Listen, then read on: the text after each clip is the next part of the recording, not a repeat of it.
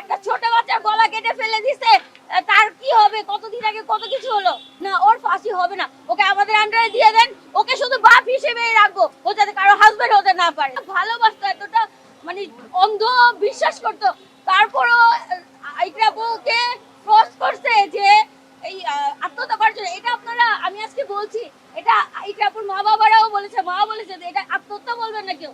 আপনারা এখন থেকে এটা হত্যা মামলা বলে, হত্যা বলে আপনারা নিউজ করবেন, সাংবাদিক ভাইরা যারা আছেন। আর আর এটাই ফাঁসি না, ও তো ফাঁসি দিলে একবারে মরে যাবে, আর ওর ফাঁসি হবেও না, এটা আমি জানি ভালো মতো। কারণ বাংলাদেশে ফাঁসি হবে না।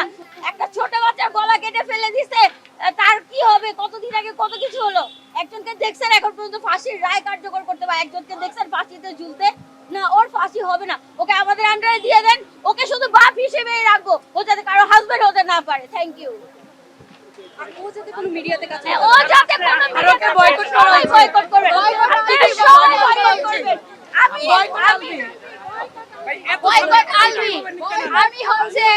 আমি ইকরাপুর কিছুই না, না ফ্রেন্ড, না রিলেটিভ, না কোনো কিছু না। আমি জীবনে কোনো একটা সমাবেশে কেন আসছি? দুইটা বাচ্চা ঘরে আমি একা রেখে আসছি, একটা 10 বছর, একটা 2 বছরের বাচ্চা। কেন আসছি?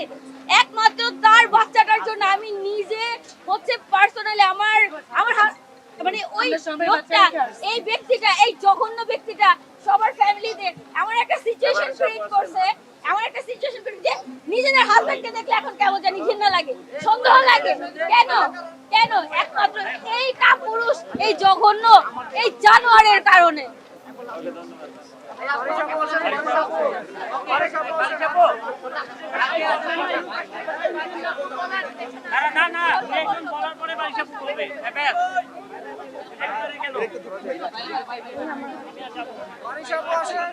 হ্যাঁ, আপু আসবে, আপু বলার পরে আপু আসবে।